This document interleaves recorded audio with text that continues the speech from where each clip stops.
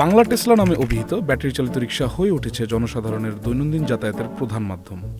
এই অনিয়ন্ত্রিত ব্যাটারি রিকশা একদিকে যেমন মানুষের যাতায়াতে সুবিধা এনেছে, অন্যদিকে ঢাকা মহানগরীর পরিবহন ব্যবস্থায় সৃষ্টি করেছে গুরুতর সমস্যা। সরকারি পরিসংখ্যান অনুযায়ী সারা দেশে বর্তমানে ৬০ লাখের অধিক ব্যাটারি চালিত রিকশা রয়েছে, যার মধ্যে কেবল ঢাকা শহরেই চলাচল করে ১০ থেকে ১২ লাখ। উদ্বেগের বিষয় হলো এই বিপুল সংখ্যক রিকশার ৮০ থেকে ৯০% অনিবন্ধিত। ফলস্বরূপ রাজধানীর রাস্তায় বৃদ্ধি পেয়েছে যানজট, ট্রাফিক বিশৃঙ্খলা এবং অপ্রশিক্ষিত চালকদের নিয়ন্ত্রণহীনতার কারণে ঘটছে নানা দুর্ঘটনা। এই পরিস্থিতি নিয়ন্ত্রণে আনতে সরকার প্রণয়ন করতে যাচ্ছে ইলেকট্রিক 3-হুইলার ম্যানেজমেন্ট পলিসি ২০২৫, যার মূল উদ্দেশ্য হল রাস্তায় শৃঙ্খলা ফিরিয়ে আনা, জনগণের নিরাপত্তা নিশ্চিত করা, গুণগত মান নিশ্চিতকরণ এবং অনিয়ন্ত্রিত যানবাহনের সাথে সংশ্লিষ্ট ঝুঁকি হ্রাস। নতুন এই নীতিমালার প্রধান ৫টি দিক নির্দেশনা রয়েছে।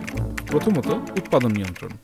কেবল সরকার অনুমোদিত কারখানায় ব্যাটারি রিকশা উৎপাদন হবে, যেখানে বিএসটিআই অনুমোদিত যন্ত্রাংশ ব্যবহার বাধ্যতামূলক করা হবে। দ্বিতীয়ত, নিবন্ধন ব্যবস্থা।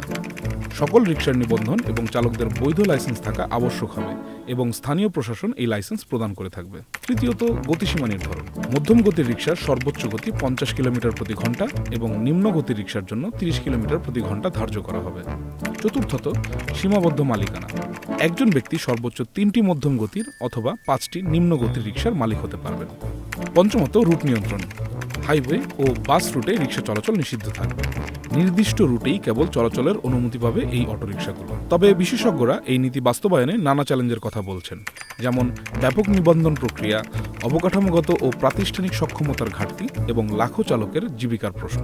নতুন এই নীতিমালা নিঃসন্দেহে একটি সময়োপযোগী পদক্ষেপ, যা রাজধানীর পরিবহন ব্যবস্থায় শৃঙ্খলা ফিরিয়ে আনার সম্ভাবনা রাখে। তবে সফল বাস্তবায়নের জন্য প্রয়োজন সুচিন্তিত পরিকল্পনা, পর্যাপ্ত জনবল এবং কার্যকর নিয়ন্ত্রণ ব্যবস্থা। এছাড়াও ক্রমবর্ধমান ব্যাটারি রিকশার ফলে যে ওয়েস্ট তৈরি হবে তা নিরসনে দরকার সুপরিকল্পিত পদক্ষেপ এবং ব্যবস্থাপনা। একটি প্রশ্ন থেকেই যায় যে এই নীতিমালা বাস্তবায়নে সরকারের প্রাতিষ্ঠানিক সক্ষমতা আসলে কতটুকু।